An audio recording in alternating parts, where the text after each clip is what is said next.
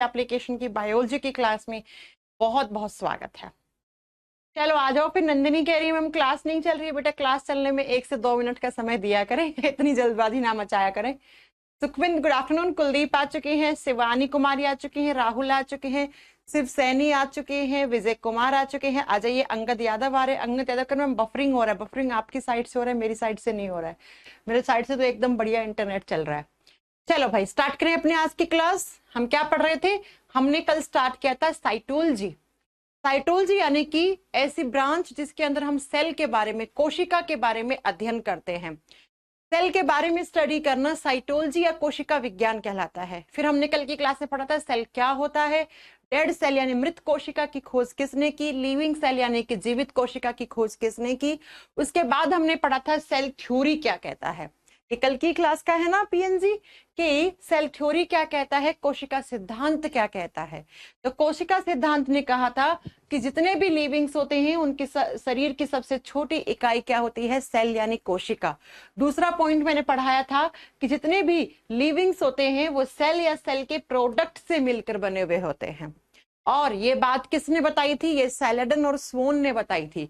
तो अगर एग्जामिनर पूछे कोशिका सिद्धांत किसने दिया था, हु गेव या हु प्रपोज्ड सेल थ्योरी, तो आप क्या आंसर करोगे बेटा? सैलेडन एंड स्वोन।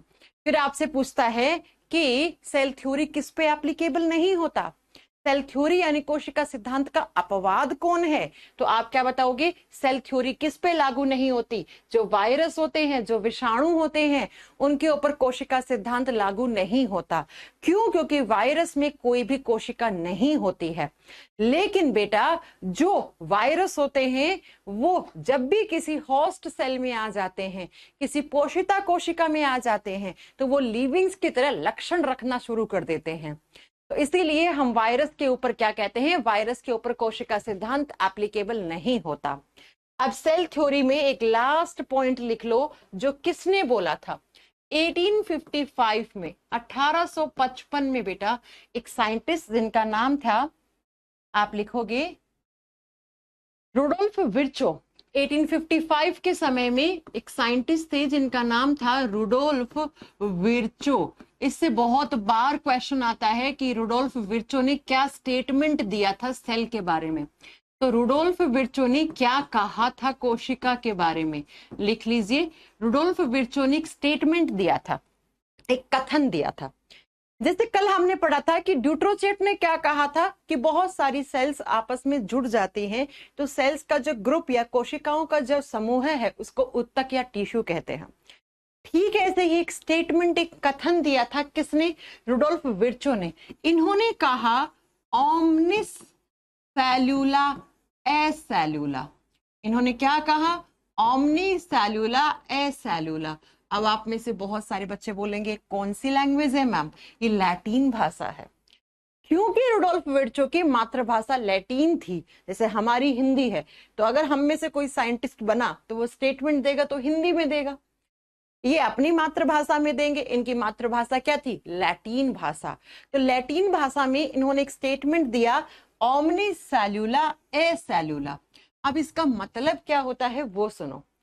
ओमनिस का मतलब होता है इंग्लिश में प्री एग्जिस्टिंग, प्री एग्जिस्टिंग, और हिंदी में प्री एग्जिस्टिंग को बोलते हैं पूर्वरत, जो पहले से है। क्या?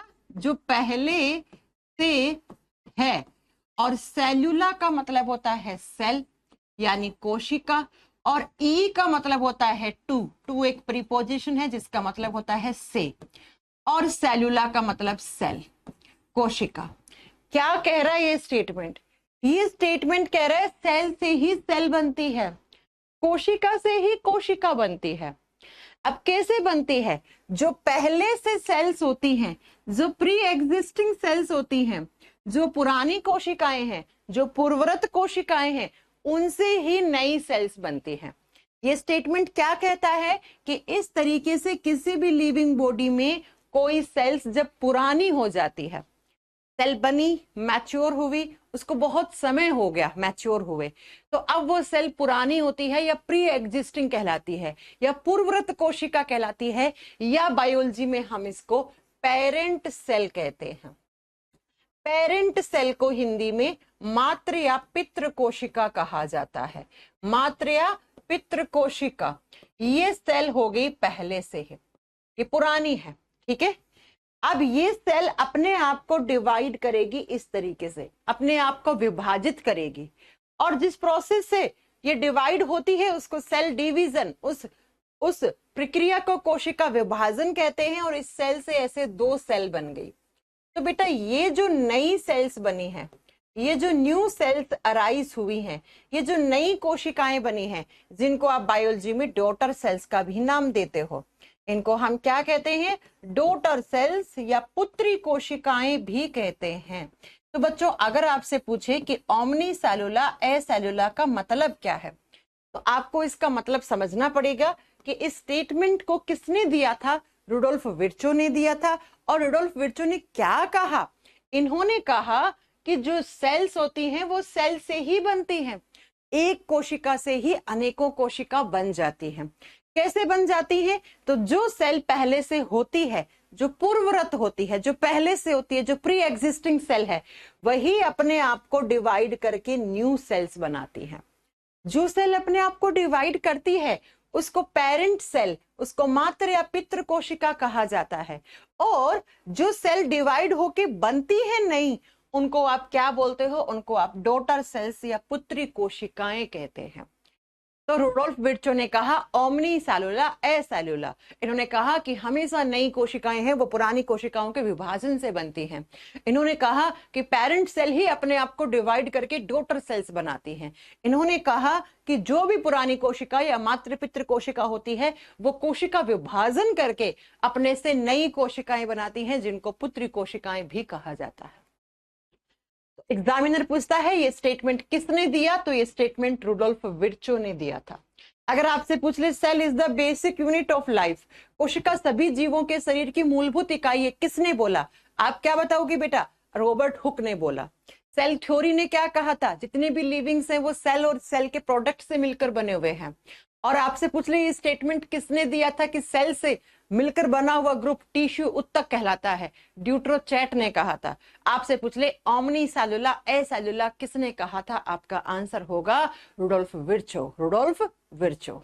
ये कुछ साइंटिस्ट के नाम आपको याद करने हैं।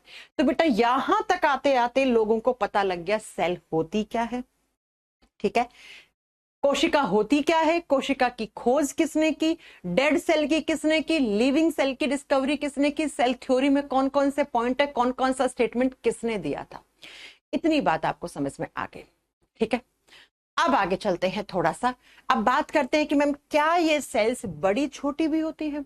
जी हाँ। क्या ये सेल्स अलग अलग साइज और अलग अलग शेप की होती है? आपको बोलना है यस। देखो हमारी आंखों के अंदर जो सेल्स हैं उनका काम अलग है, देखने का काम, वो विजिबिलिटी के लिए काम करती हैं। नाक की सेल्स का अलग काम है, आपके बालों वाली सेल्स का अलग काम है, कान वाली का अलग काम होगा, जो लीवर यकृत है उसकी सेल्स का अलग काम होगा। तो बच्चा जो सेल्स होती हैं वो अलग अलग शेप और अलग अलग साइज की होती हैं। बैक्टीरिया की सेल अलग शेप और साइज की होगी, हमारी अलग होगी, प्लांट की अलग होगी। तो मैम क्या सेल्स बड़ी छोटी भी होती हैं? जी हाँ। तो नोट डाल के कुछ पॉइंट लिखिए जो डायरेक्टली एग्जाम में आते हैं। जब भी मैं नोट डलवाऊं इसका मतलब है मोस्ट इंपॉर्टेंट क्वेश्चन, जो सबसे ज्यादा रिपीट हुआ है, ठीक है। इतने सारे कैसे आपके कमेंट्स आ रहे हैं। तो हम कह रहे हैं सॉरी फॉर लेट। कोई बात नहीं बेटा, 10 मिनट लेट हो क्लास में चलेगा। प्रवीण कुमार कह रहे हैं मैम एग्जाम तक बायोलॉजी खत्म हो जाएगा क्या? मुझे क्या पता आप कौन से एग्जाम की तैयारी कर रहे हैं, आपका एग्जाम कब है। मैंने बता दिया मुझे इतने घंटे बायोलॉजी पढ़ाना है ना। मैम सेल की डिस्कवरी किसने की? आपने कल क्लास नहीं की थी क्या पूनम जी? पूनम जी कल हमने बहुत अच्छे से पढ़ाया था सेल की खोज किसने की है। कल का क्लास पढ़ोगे तो आपको समझ में आएगा, ठीक है। आ जाइए, ओके। मैम रिप्लाई नहीं कर रही है प्रवीण कुमार, क्या रिप्लाई करें? आपका ही तो रिप्लाई किया अभी मैंने जस्ट। ओके चलिए आइए। तो मैंने कहा कि नोट डाल के कुछ पॉइंट लिखने हैं। एग्जाम में क्वेश्चन आता है कि smallest cell of universe, smallest cell of universe, संसार की सबसे छोटी कोशिका किसकी होती है? संसार में सबसे छोटी कोशिका या संसार की सबसे छोटी कोशिका किसकी होती है, यानी कि वो कौन सा जीव है जिसकी सबसे छोटी कोशिका होगी, किस में आप बताओगे, साइज में, साइज में सबसे छोटा किसका होगा। आपने कल की क्लास की होगी तो मैंने पढ़ाया बैक्टीरिया क्या होते हैं, बैक्टीरिया लिविंग होते हैं। क्यों होते हैं बैक्टीरिया लिविंग, क्योंकि मैम बैक्टीरिया के अंदर सेल पाई जाती है, और मैंने पढ़ाया था कि जो सेल थ्योरी है वो क्या कहती है, लिविंग वही है जिसके बॉडी में सेल है। तो क्या बैक्टीरियाज लिविंग होते हैं, याद रखिएगा बैक्टीरिया यानी जीवाणु बिल्कुल लिविंग होते हैं, सजीव होते हैं, जबकि जो आपके वायरस होते हैं वो लिविंग और नॉन लिविंग के बीच की कनेक्टिंग लिंक होते हैं, योजक कड़ी होते हैं। तो इस यूनिवर्स में सबसे छोटी सेल्स किसकी होंगी, बैक्टीरिया की सेल। अब जरा ये बताओ, आपने कभी बैक्टीरिया देखा है, नहीं देखा होगा। इस कमरे में हजारों लाखों बैक्टीरिया हो सकते हैं, लेकिन मुझे नहीं दिख रहा है। क्यों नहीं दिख रहा है, क्योंकि बैक्टीरिया माइक्रो ऑर्गेनिजम्स होते हैं, सूक्ष्म जीव होते हैं, इतने सूक्ष्म होते हैं कि इनको देखने के लिए आपके पास इलेक्ट्रॉन माइक्रोस्कोप होना चाहिए, इतने छोटे होते हैं। तो इनको देखने के लिए आपके पास इलेक्ट्रॉन माइक्रोस्कोप होना चाहिए, तो इनसे छोटा तो कुछ हो ही नहीं सकता। अब मैम बैक्टीरिया तो बहुत सारी होती हैं, हम दही खाते हैं उसमें भी बैक्टीरिया होते हैं, है ना। ऐसे ही आपने सुना होगा न्यूमोनिया नाम की बीमारी है वो बैक्टीरिया से होती है, टीबी नाम की बीमारी है वो बैक्टीरिया से होती है। तो बहुत सारे बैक्टीरिया हैं। कौन सा बैक्टीरिया है जिसकी सेल सबसे छोटी होती है, तब आपको लिखना है माइकोप्लाज्मा। माइकोप्लाज्मा एक ऐसा बैक्टीरिया है बेटा जिसकी सेल सबसे छोटी होती है, माइकोप्लाज्मा की कोशिका सबसे छोटी। तो आपसे पूछेगा किसकी सेल छोटी है, बैक्टीरियल सेल। कौन से बैक्टीरिया की, माइकोप्लाज्मा की। कितनी छोटी, 1 माइक्रोमीटर से भी छोटी होती है बेटा, 1 माइक्रोमीटर से भी छोटी ऑर्डर की होती है, इतनी छोटी होती है, 1 माइक्रोमीटर से भी छोटी। इसी माइकोप्लाज्मा का एक नाम और भी होता है बेटा, इसको PPLO के नाम से भी जानते हैं, पॉलीप्लूरोन्यूमानी लाइक स्ट्रक्चर। लिख लो, इसको एक नाम से और भी जानते हैं। ये इतने सारे बच्चे कैसे कमेंट कर रहे हैं, आकाश एक बार जरा क्लास देख लेना, 1 मिनट बच्चा, आप लोग इतने क्यों कमेंट कर रहे हो।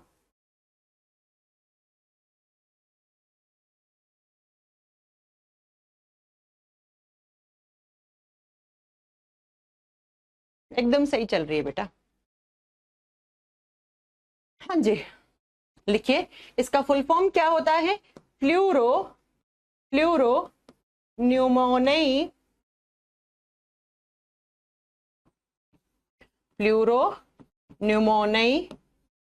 Like organisms.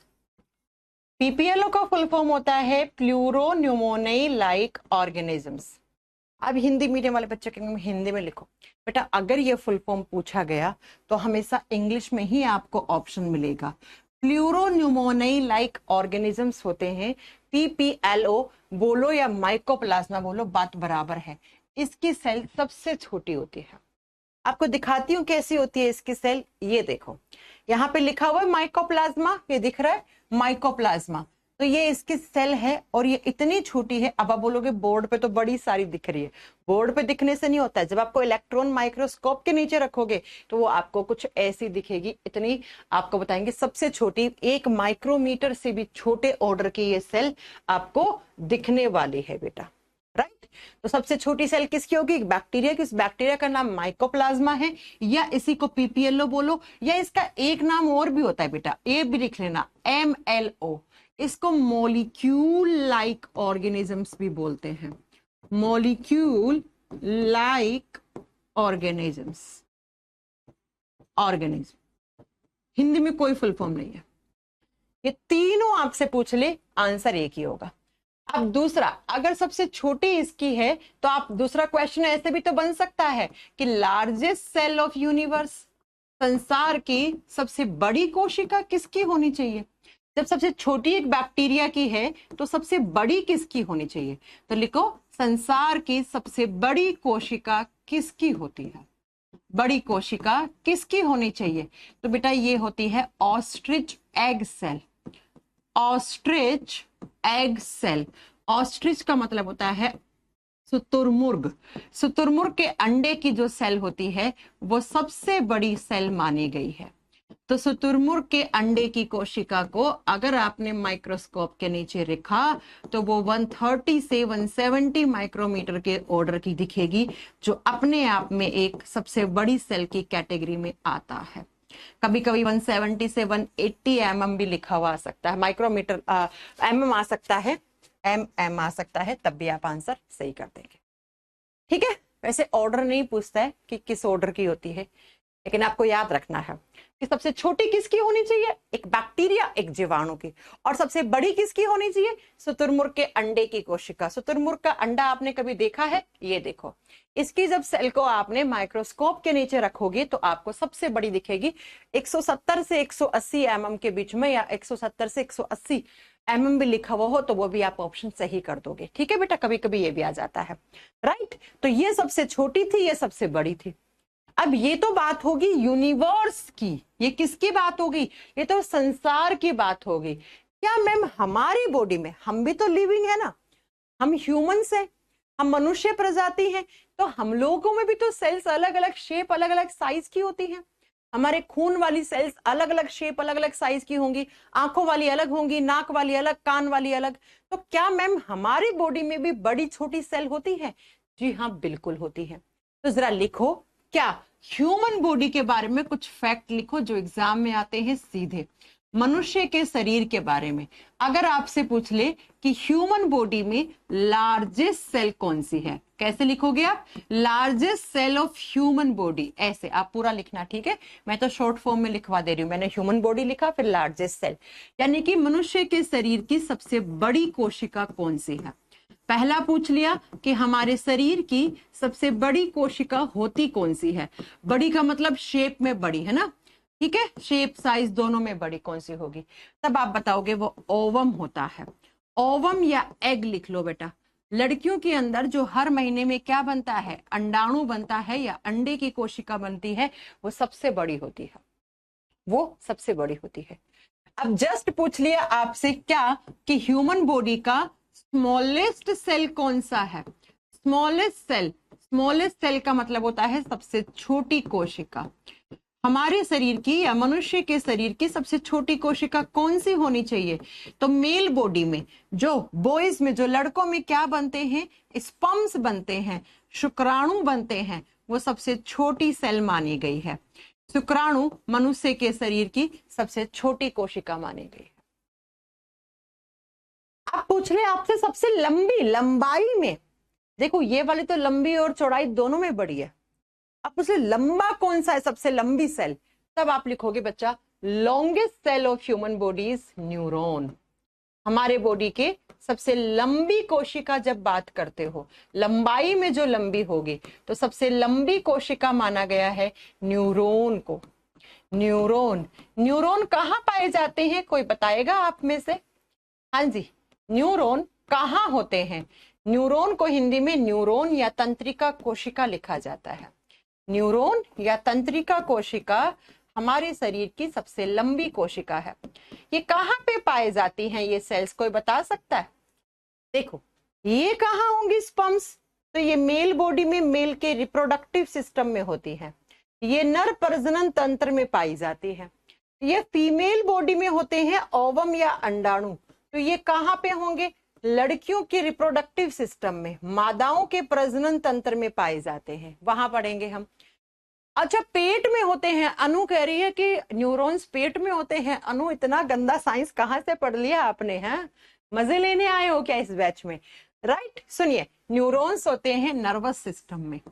आपका ब्रेन, जिसको आप मस्तिष्क बोलते हो, और ब्रेन से जो पीछे की तरफ मोटी सी नस जाती है जिसको स्पाइनल कॉर्ड या आप मेरू रज्जु कहते हो, उसके इन दोनों के अंदर न्यूरॉन्स पाए जाते हैं। इन दोनों के अंदर न्यूरॉन्स पाए जाते हैं। तो आपसे पूछ सकता सबसे लंबी सेल कहाँ पाई जाती है, तो आपका ये ऑप्शन होगा बेटा, ये ऑप्शन। सबसे छोटी सेल कहाँ होती है? मेल के रिप्रोडक्टिव सिस्टम में, नर जनन तंत्र में, और सबसे बड़ी सेल मादा जनन तंत्र में। ये आगे सब कुछ पढ़ाएंगे हम, वापस आएंगे आपके स्पर्म्स कैसे बनते हैं, ओवम कैसे बनते हैं, कैसे ओवा रिलीज होता है, ये सारी चीजें आपकी वापस आने वाली है आगे। ठीक है, इतनी बात समझ में आ गई। सेल क्या होती है, डेड सेल की डिस्कवरी, लिविंग सेल की डिस्कवरी किसने की, सेल थ्योरी क्या होता है, किसकी सेल बड़ी, किसकी छोटी, किसकी लंबी, ये सब आपने पढ़ लिया। अब बात आती है कि मैम अच्छा, एक गोविंद कुमार कह रहे हैं बैक्टीरिया कहाँ से आते हैं। गोविंद, आप कहाँ से आए हैं? आप भी रिप्रोडक्शन होके आए हैं, तो बैक्टीरिया भी रिप्रोडक्शन से ही बनते हैं बेटा, राइट। चलो, इतने बेतुका सवाल मत करा करो, थोड़ा बहुत कॉमन सेंस यूज करा करो। इतनी साइंस तो बेसिक है, आनी चाहिए। 10वीं क्लास में सब पास करके बैठे होंगे ना। चलिए अब बात करते हैं नेक्स्ट आगे। क्या मैम सेल्स के टाइप भी होते हैं? अब यहां से आपका थोड़ा सा डिटेल में पार्ट शुरू होगा। ये मान लो कि यहां से आपका चैप्टर जो है वो हम डिटेल में लेके चलेंगे। कैसे? अगर आपसे पूछे कि इस यूनिवर्स में, संसार में कितने टाइप की सेल्स हैं, अगर आपसे पूछ ले टाइप्स ऑफ सेल, कोशिका के प्रकार, कितने प्रकार की कोशिका हो सकती है? इस धरती के ऊपर, इस संसार में 2 ही प्रकार के जीव हैं, यानी कि 2 ही प्रकार की सेल से मिलकर बने हुए हैं। बैक्टीरिया, मैंने कहा था कल, लिविंग होते हैं, हम लोग लिविंग हैं, गाय भैंस घोड़ा बकरी जानवर प्लांट सब लिविंग हैं। तो इन सब में सेल्स हैं तभी तो लिविंग है। सेल थ्योरी, कोशिका सिद्धांत ने क्या कहा था? लिविंग है तो उसमें सेल होगा, सेल से बनी हुई स्ट्रक्चर को ही लिविंग बोलते हैं। तो मैम इनमें कितने टाइप की सेल्स हो सकते हैं? तो आप बताओगे बेटा 2 प्रकार की सेल्स होती हैं, टाइप्स ऑफ सेल्स। 2 ही प्रकार की सेल्स हैं इस यूनिवर्स में। पहली जो होती है उनको बोलते हैं प्रोकैरियोटिक सेल। प्रोकैरियोटिक सेल, अब ये बहुत अच्छे से पढ़ना क्योंकि यहां से बहुत सारे क्वेश्चन बनेंगे। इसको हिंदी में बोलते हैं प्रोकेंद्रिकी कोशिका, या बोलते हैं बेटा प्रोकैरियोटिक कोशिका, हिंदी में सेम नाम होता है। जो दूसरी होती है उनको बोलते हैं यूकैरियोटिक सेल। यूकैरियोटिक सेल, बस ये 2 ही टाइप की सेल है इस यूनिवर्स में। हिंदी में बोलेंगे सुकेंद्रिकी कोशिका, सुकेंद्रिकी कोशिका, या हिंदी में यूकैरियोटिक कोशिका ही लिखा हुआ आ जाएगा। अब बच्चों, ऐसे जीव जंतु जो प्रोकैरियोटिक कोशिका से मिलकर बने हुए हैं उनको हम प्रोकैरियोट्स कहते हैं। जिनमें प्रोकैरियोटिक सेल है उनको हम प्रोकैरियोट्स कहते हैं, और जो यूकैरियोटिक प्रकार की कोशिकाओं से मिलकर बने हुए हैं उनको हम यूकैरियोट्स कहते हैं। इसका मतलब मैम इस संसार में 2 ही प्रकार के जीव हैं। जी हाँ, या तो प्रोकैरियोट्स या यूकैरियोट्स। मैं आपसे पूछूं हम लोग कैसे हैं? हम लोगों में किस प्रकार की सेल होती है? तो हम लोगों में यूकैरियोटिक सेल होती है, तो हम यूकैरियोट्स हैं। जबकि बैक्टीरिया में प्रोकैरियोटिक सेल होती है, तो बैक्टीरियाज आर प्रोकैरियोट्स। 2 प्रकार की कोशिका, प्रोकैरियोटिक, यूकैरियोटिक। अब क्या होता है प्रोकैरियोटिक और क्या होता है यूकैरियोटिक, इसको डिटेल में पढ़ना है क्योंकि यहां से क्वेश्चंस बहुत सारे बनेंगे। चलिए सुनो। प्रो का मतलब होता है प्रिमिटिव, प्रो का मतलब होता है प्रिमिटिव, और प्रिमिटिव का मतलब होता है प्राचीन या पुराना। प्राचीन या पुराना, जैसे बोलते हैं ना प्राचीन भारत, पुराना भारत। और कैरियोटिक शब्द का मतलब हमेशा होता है न्यूक्लियस, न्यूक्लियस केंद्रक। कैरियोटिक शब्द का मतलब जब भी आप सुनोगे तो उसका मतलब होता है न्यूक्लियस। कैरियो टर्म ही हम न्यूक्लियस के लिए यूज में लेते हैं।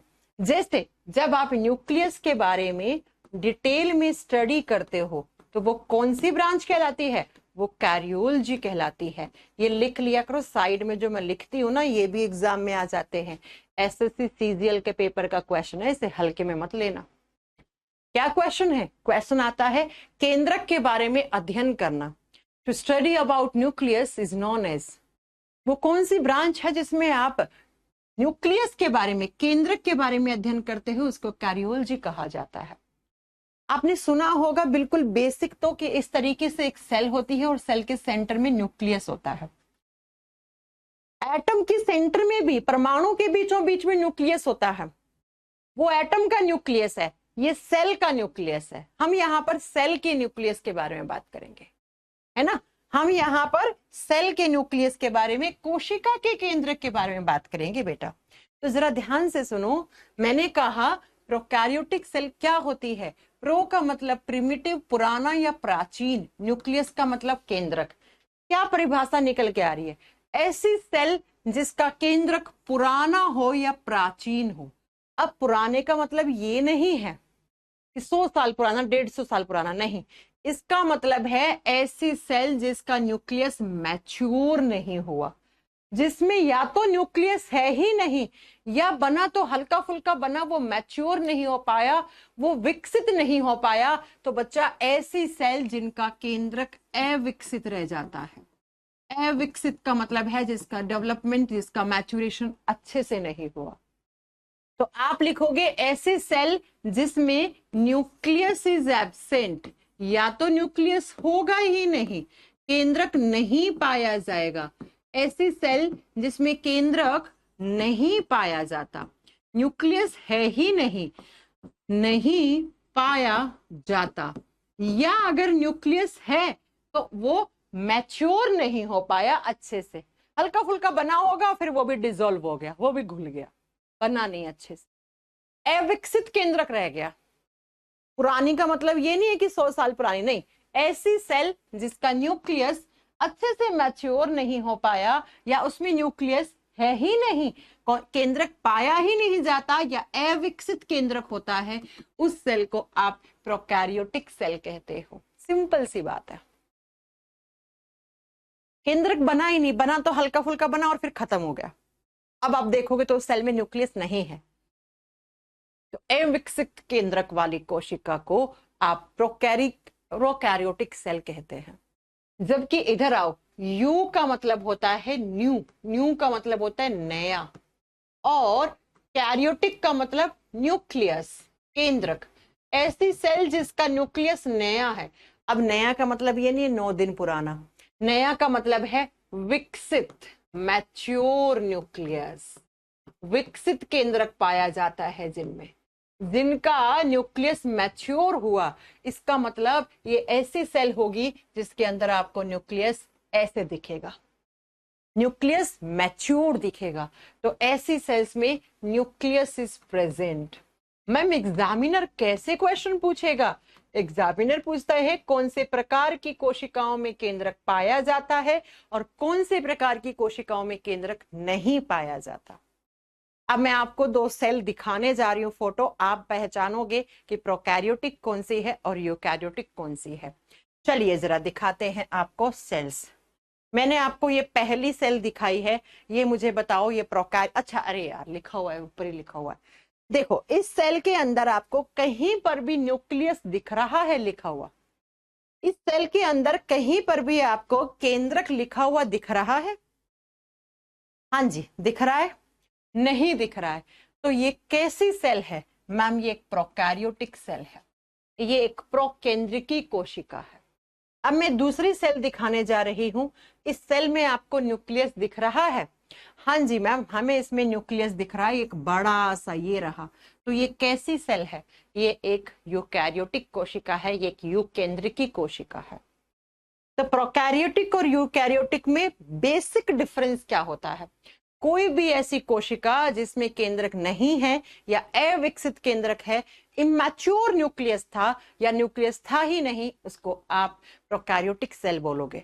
और जिसमें प्रॉपर एक विकसित केंद्रक है, जिसमें एक मैच्योर न्यूक्लियस प्रेजेंट है, उस सेल को आप क्या बोलोगे? उसको आप यूकैरियोटिक सेल बोलोगे, उसको आप युकेंद्रिकी कोशिका बोलोगे। राइट। अब बच्चों ये जो न्यूक्लियस होता है ना, इसके चारों तरफ इस तरीके से एक मेम्ब्रेन लगी हुई होती है ऐसे, जिस मेम्ब्रेन को हम क्या कहते हैं? मेम्ब्रेन का मतलब होता है झिल्ली, पतली सी मेम्ब्रेन, पतली सी झिल्ली, पतली सी परत, जो न्यूक्लियस को क्या देती है? प्रोटेक्शन, सुरक्षा देती है। उसको न्यूक्लियर मेम्ब्रेन कहते हैं, उसको केंद्रक की झिल्ली कहते हैं। अब बच्चों जब इधर न्यूक्लियस ही नहीं बना तो क्या उसकी न्यूक्लियर मेम्ब्रेन बनेगी? नहीं। और इधर न्यूक्लियस बना है तो उसको प्रोटेक्शन, उसको सुरक्षा देने के लिए झिल्ली भी होगी। तो दूसरा डिफरेंस क्या होगा? ये पहला पॉइंट था, ये दूसरा लिख दो। प्रोकैरियोटिक सेल में न्यूक्लियर मेम्ब्रेन इज एब्सेंट, यानी कि प्रोकैरियोटिक कोशिका में या प्रोकेंद्रिक कोशिका में केंद्रक झिल्ली भी नहीं पाई जाती है। केंद्रक ही नहीं है तो केंद्रक झिल्ली कहां से आ जाएगा? केंद्रक झिल्ली नहीं पाया जाता है। मैं सेम एनसीईआरटी पढ़ा रही हूं, जो एनसीईआरटी में लिखा हुआ है वही एकदम। जबकि बच्चा इधर एक मैच्योर न्यूक्लियस है तो उसको प्रोटेक्शन, उसको सुरक्षा देने के लिए उसके चारों तरफ एक मेम्ब्रेन भी लगा हुआ होता है, तो इधर लिख दोगे न्यूक्लियर मेम्ब्रेन इज प्रेजेंट। ठीक है, आप पूरा पॉइंट लिखना, मैंने तो शॉर्ट फॉर्म में लिख दिया, आप पूरा लिखना nuclear membrane is present. Hindi में क्या लिखोगे? केंद्रक झिल्ली उपस्थित होती है। केंद्रक झिल्ली होगी बेटा, पाई जाती है, पाई जाती है। तो अब आप जरा प्रॉपर डेफिनेशन बना दो प्रोकैरियोटिक की और यूकैरियोटिक की, फिर हम आपको एग्जांपल बताएंगे। कोई भी ऐसी सेल जिसमें ना न्यूक्लियस है ना न्यूक्लियर मेम्ब्रेन है वो प्रोकैरियोटिक सेल है। कोई भी ऐसी सेल जिसमें प्रॉपर न्यूक्लियस और न्यूक्लियर मेम्ब्रेन दिखती है वो यूकैरियोटिक सेल है। अब आओ, मेन है यहाँ पे एग्जाम्पल्स। बस क्वेश्चंस तो यहां से बनेंगे ना। मैम प्रोकैरियोटिक सेल किस में पाई जाती है, जरा एग्जाम्पल बताइए। तो प्रोकैरियोटिक सेल के एग्जाम्पल लिखो, बैक्टीरिया। जितने भी बैक्टीरिया हैं उन सब के अंदर किस प्रकार की कोशिका पाई जाती है? तो आप बताओगे प्रोकैरियोटिक कोशिका। इसका मतलब मैम जो आपने ये सेल दिखाई थी ये हो ना हो किसी बैक्टीरिया की सेल है। जी हाँ, मैंने बोल दिया कि ये सेल किसकी है? एक बैक्टीरिया की है। और बैक्टीरिया में कौन से टाइप की सेल्स होती हैं? प्रोकैरियोटिक सेल होती है। तो ये एक बैक्टीरिया की कोशिका है बेटा, एक जीवाणु की कोशिका है। ठीक है, तो बैक्टीरिया क्या होते हैं? प्रोकैरियोट्स होते हैं। दूसरा एग्जाम्पल लिखना, ब्लू ग्रीन एल्गी। मैम ये नाम सुना सुना लग रहा है। इस धरती पे सबसे पहले कौन आया था जीव? नीले हरे शैवाल आए थे। नीले हरित शैवाल या नीले हरे शैवाल आए थे बेटा। सबसे पहले जीवन इनका ही आया था इस धरती के ऊपर। पूछ ले आपसे कि इस धरती पे सबसे पहले लाइफ किसकी आई थी, जीवन किसका आया था? इसी का आया था।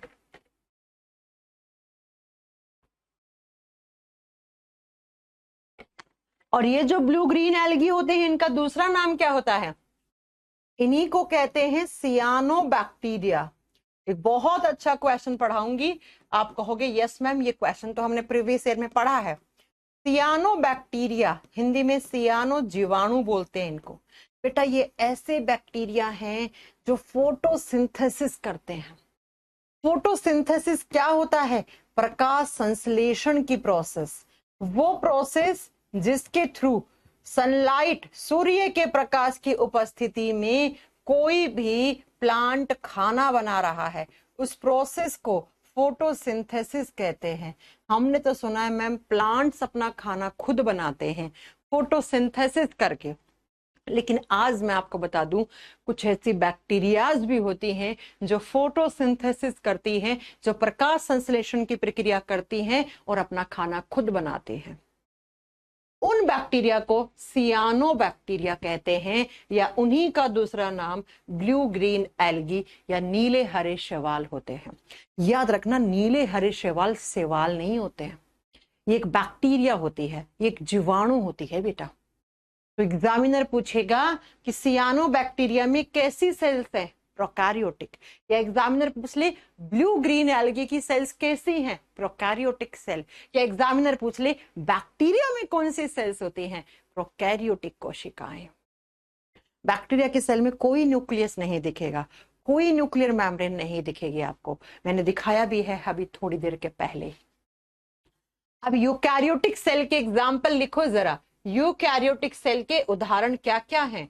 इसके एग्जाम्पल लिखो, प्लांट सेल, पादप कोशिका। प्लांट के अंदर कौन से प्रकार की कोशिका होती है? प्रोकैरियोटिक या यूकैरियोटिक? क्या करोगे? यूकैरियोटिक। एनिमल सेल, जंतु कोशिका। और मैंने जहां जहां एनिमल लिखती हूं वहां पर ह्यूमंस तो आ ही जाते हैं। हम लोग क्या है? हम लोग जानवर हैं। क्यों? क्योंकि मैम हमारा जब क्लासिफिकेशन हुआ था, वर्गीकरण हुआ था, तो हमें एनिमीलिया किंगडम में रखा था। तो हम सब जानवर हैं, हम सब जानवर हैं। वो बात अलग है हम मैमल्स होते हैं, हम ह्यूमंस होते हैं, वो आगे की बात है। लेकिन हम सब जानवर, जहां मैं एनिमल लिखूं तो वहां पर हम लोगों को शामिल कर लिया करो अपने आप को। ठीक है बेटा, चलो नेक्स्ट आप बताओगे एल्गी सेल। एल्गी का मतलब होता है शैवाल। मैंने कहा ना ब्लू ग्रीन एल्गी एल्गी नहीं होती है, ये याद रखना, वो एक बैक्टीरिया है। और फोर्थ लिखो फंगी सेल। फंगी का मतलब होता है कवक या फफूंद की कोशिका। ठीक है, तो इन सब के अंदर कौन से टाइप की सेल्स होती हैं? यूकैरियोटिक। अब आप पूछो गाय भैंस घोड़ा बकरी कुत्ता बिल्ली खरगोश, है ना, हाथी शेर लोमड़ी, इन सब में कैसी सेल्स है? यूकैरियोटिक। हम लोगों में कैसी? यूकैरियोटिक। बैक्टीरिया में कैसी? प्रोकैरियोटिक। ब्लू ग्रीन एल्गी में कैसी? प्रोकैरियोटिक। सियानो बैक्टीरिया में कैसी? प्रोकैरियोटिक। प्लांट में कैसी? यूकैरियोटिक। कवक में कैसी? यूकैरियोटिक। वायरस में कैसी? अरे मैम वायरस में तो सेल ही नहीं होती, वायरस में तो सेल ही नहीं होती, वायरस अकोशिकीय होते हैं, एसेलुलर होते हैं। ठीक है, तो ये लो आपको बेसिक डिफरेंस पता लग गया प्रोकैरियोटिक और यूकैरियोटिक में। अभी खत्म नहीं हुआ, अभी आगे पढ़ेंगे। इतनी बात समझ में आ गई क्या होता है प्रोकैरियोटिक, क्या होता है यूकैरियोटिक, और उनके एग्जाम्पल आपको समझ में आ गए हैं। अब चलें आगे, और क्या क्या डिफरेंस होता है प्रोकैरियोटिक और यूकैरियोटिक में। चलिए फिर नेक्स्ट डिफरेंस देखते हैं प्रोकैरियोटिक और यूकैरियोटिक में। ये तो हो ही गया। अगला अगला इधर लिखना प्रो, इधर लिखना यू। ठीक है, प्रो का मतलब प्रोकैरियोटिक, यू का मतलब यूकैरियोटिक। मैंने शॉर्ट फॉर्म में लिख दिया बेटा, चलेगा ना? आप लोग फुल फॉर्म लिखोगे ना? ठीक है, चलो सुनो प्रोकैरियोटिक क्या होता है, यूकैरियोटिक में। अगला डिफरेंस, प्रोकैरियोटिक सेल जो होती है उसमें सेल वॉल पाई जाती है। Cell wall is present hair.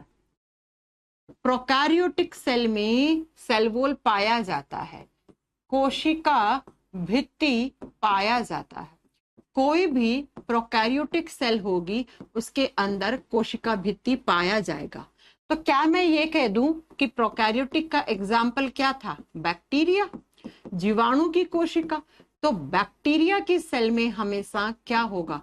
Cell wall होगा। अब ये सेल वॉल होता क्या है? ये एक सेल है, इस सेल के चारों तरफ जो सबसे बाहर वाली लेयर होती है, जो सबसे बाहर वाली परत होती है, इसी को सेल वॉल कहते हैं। इसी को कोशिका भित्ति या कोशिका की दीवार कहते हैं। तो मैं या तो यूं कहूं प्रोकैरियोटिक सेल में सेल वॉल होता है, या मैं यूं कहूं बैक्टीरिया की सेल में सेल वॉल होता है। आपको कोई एतराज नहीं है? बिल्कुल नहीं होना चाहिए। अब बैक्टीरिया की या प्रोकैरियोटिक की जो सेल वॉल होती है वो किसकी बनी होती है? इसको स्टार कर लेना। सेल वॉल होगा तो भाई किसी ना किसी चीज का तो बना हुआ होगा ना। तो आप लिखो बैक्टीरिया की सेल वॉल या किसी भी प्रोकैरियोटिक सेल की cell wall peptidoglycan.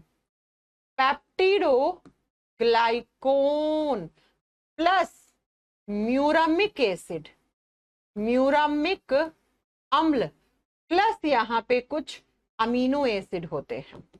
Amino acid का मतलब होता है अमीनो अम्ल। वैसे ये दोनों ऑप्शन में नहीं रहते, सिर्फ ये रहता है। आपसे पूछेगा कि किसी भी जीवाणु की कोशिका भित्ति, या आपसे पूछेगा बैक्टीरिया की सेल वॉल किसकी बनी हुई है, तो आपको लिख के आना है पेप्टिडोग्लाइकोन की। पेप्टिडोग्लाइकोन की बनी हुई होती है। ठीक है, इसका मतलब मैम आपने ये जो एक सेल दिखाया था, एक बैक्टीरिया का सेल था, इसमें सेल वॉल होगा तो दिखाओ कहाँ है सेल वॉल। चलिए दिखाते हैं। ये लिखा हुआ सेल वॉल, ये दिखा रखा, ये सेल है अंदर वाली, इसके बाहर की सबसे ये ब्लू वाली लाइनिंग है, ये सेल वॉल है बेटा, ये कोशिका भित्ति है। सेल मेम्ब्रेन की बात नहीं करी है मैंने, वो आगे बात करेंगे। ये सेल वॉल है और ये किसका बना हुआ? पेप्टिडोग्लाइकोन, म्यूरामिक अम्ल और अमीनो अम्ल से बना हुआ होता है। इसका काम क्या होता है? सबसे बाहर की लेयर है तो प्रोटेक्शन, सुरक्षा देने का काम, शेप और साइज देने का काम, आकार और आकृति को मेंटेन करके रखता है। ये इसका काम होता है। राइट, अब नोट डाल के एक पॉइंट लिख लेना। नोट का मतलब अगेन मोस्ट इंपॉर्टेंट क्वेश्चन। लिखो cell wall is not present in mycoplasma. Not present in mycoplasma. थोड़ी देर पहले मैंने पढ़ाया था माइकोप्लाज्मा क्या है, एक बैक्टीरिया। तो माइकोप्लाज्मा के बाहर भी सेल वॉल होना चाहिए, लेकिन मैं आपको बता दूं कि जो माइकोप्लाज्मा होता है उसके बाहर कोशिका भित्ति नहीं पाई जाती। लिख दो, माइकोप्लाज्मा में कोशिका भित्ति का अभाव होता है, या कोशिका भित्ति अनुपस्थित होती है, या कोशिका भित्ति नहीं पाई जाती है। तो मैम एग्जामिनर क्वेश्चन कैसे पूछेगा? एग्जामिनर क्वेश्चन पूछेगा कि वो कौन सा बैक्टीरिया है जिसकी सेल के चारों तरफ सेल वॉल नहीं होता। आपका आंसर माइकोप्लाज्मा। चलिए मैम दिखाइए, हर चीज का सबूत दीजिए। साइंस है, सबूत तो मांगेगी ही। ये माइकोप्लाज्मा, यहां लिखा हुआ है no cell wall, there is no cell wall. कहीं पर भी आपको सेल वॉल नहीं दिखा होगा। ये सेल मेम्ब्रेन है। इस संसार में ऐसी कोई सेल नहीं है जिसमें सेल मेम्ब्रेन नहीं होती। सेल मेम्ब्रेन सब में होती है, कोशिका झिल्ली सब में होती है। हम बात कर रहे हैं कोशिका भित्ति की। तो प्रोकैरियोटिक सेल में कोशिका भित्ति पाई जाती है, लेकिन यहां पर अपवाद ये है, कौन? माइकोप्लाज्मा। अगर होगी तो वो किसकी बनी हुई होती है? वो पेप्टिडोग्लाइकोन की बनी हुई होती है। अब आइए यूकैरियोटिक सेल में। यूकैरियोटिक सेल में सेल वॉल किस किस में होता है और किस किस में नहीं होता है? प्लांट सेल, यूकैरियोटिक सेल के एग्जाम्पल क्या क्या थे? पहला था मैम पादप कोशिका। तो पादप कोशिका में सेल वॉल होता है। इसके आगे लिख दो प्रेजेंट। क्या प्रेजेंट? Cell wall. कोशिका भित्ति पाई जाती है प्लांट सेल में। अब है तो वो किसकी बनी हुई होती है? तो प्लांट की cell wall cellulose plus hemicellulose की बनी हुई होती है। सेल्यूलोज और हेमी सेल्यूलोज, हिंदी में लिख देना पादप कोशिका भित्ति सेल्यूलोज और हेमी सेल्यूलोज की बनी हुई होती है। ये सेल्यूलोज क्या होता है मैम? सेल्यूलोज कुछ भी नहीं है, एक शर्करा है, एक कार्बोहाइड्रेट है। आपको पता है हम सारे कार्बोहाइड्रेट पचा जाते हैं, सिर्फ इसको छोड़ के। हमारे बॉडी में सेल्यूलोज का डाइजेशन नहीं होता। एग्जामिनर पूछता भी है कौन सी शर्करा का पाचन हमारे शरीर में नहीं हो सकता? वो है सेल्यूलोज। दूसरा एग्जाम्पल क्या लिखा था? एल्गी। एल्गी का मतलब शैवाल। क्या मैम शैवालों के बाहर सेल वॉल होता है? आपको लिखना यस, प्रेजेंट। पाया जाता है कोशिका भित्ति सेल वॉल। किसका बना हुआ होगा? तो लिखो एल्गी का cell wall cellulose plus calcium carbonate, मैंने फॉर्मूला लिख दिया है, प्लस गैलेक्टोन से बना हुआ होता है। गैलेक्टोन्स क्या होते हैं आगे आएगा। गैलेक्टोन्स का बना हुआ होता है। अगला आपसे पूछे जो फंगी होते हैं, जो कवक या फफूद होते हैं, उनमें कोशिका भित्ति होता है क्या? आप कहोगे यस, प्रेजेंट। प्रेजेंट पाया जाता है। किसका बना हुआ होता है? काइटिन का, CHITINE, काइटिन का। इसको चाइटिन नहीं पढ़ना है, इसको काइटिन पढ़ना है। अब आप मेरे से पूछो कि मैम क्या एनिमल सेल या ह्यूमन सेल के बाहर सेल वॉल होता है क्या? हाँ जी, एनिमल सेल का मतलब क्या होता है? जंतु कोशिका, या एनिमल सेल के ब्रैकेट में लिख सकते हो ह्यूमन सेल। इसमें सेल वॉल नहीं पाया जाता। Cell wall is absent in human cell या cell wall is absent in any kind of animal cell. गाय, भैंस, घोड़ा, बकरी, कुत्ता, बिल्ली, हाथी, खरगोश, हम सब के बाहर, हम सब में जो सेल्स हैं, हमारी सेल्स के बाहर किसी प्रकार की सेल वॉल नहीं है। नहीं है बेटा। तो एग्जाम में कैसे क्वेश्चन पूछेगा? कौन सी यूकैरियोटिक कोशिका है जिसमें सेल वॉल नहीं होता? तो आंसर ये। कौन सी प्रोकैरियोटिक कोशिका है जिसमें सेल वॉल नहीं होता? आंसर ये। फिर पूछेगा बैक्टीरिया, जीवाणु की कोशिका भित्ति किसकी बनी हुई होती है? आंसर ये रहा। पादपों की कोशिका भित्ति किसकी बनी हुई होती है? आंसर। शैवालों की कोशिका भित्ति किसकी होती है? कवक की कोशिका भित्ति किसकी होती है? एनिमल सेल की कोशिका भित्ति किसकी होती है? अरे मैम, एनिमल सेल में तो कोशिका भित्ति होता ही नहीं है। सेल वॉल एनिमल सेल में तो होता ही नहीं है। सेल्स कितने टाइप की होती हैं? 2 टाइप की। कौन कौन सी? Prokaryotic, eukaryotic. प्रोकैरियोटिक सेल क्या होती है, यूकैरियोटिक सेल क्या होती है? बेसिक डिफरेंस आज हमने पढ़ लिया। फिर प्रोकैरियोटिक के एग्जाम्पल, यूकैरियोटिक के एग्जाम्पल, फिर दूसरा सेल वॉल वाला पॉइंट पढ़ लिया हमने। अब 5 से 6 डिफरेंस और होते हैं इन दोनों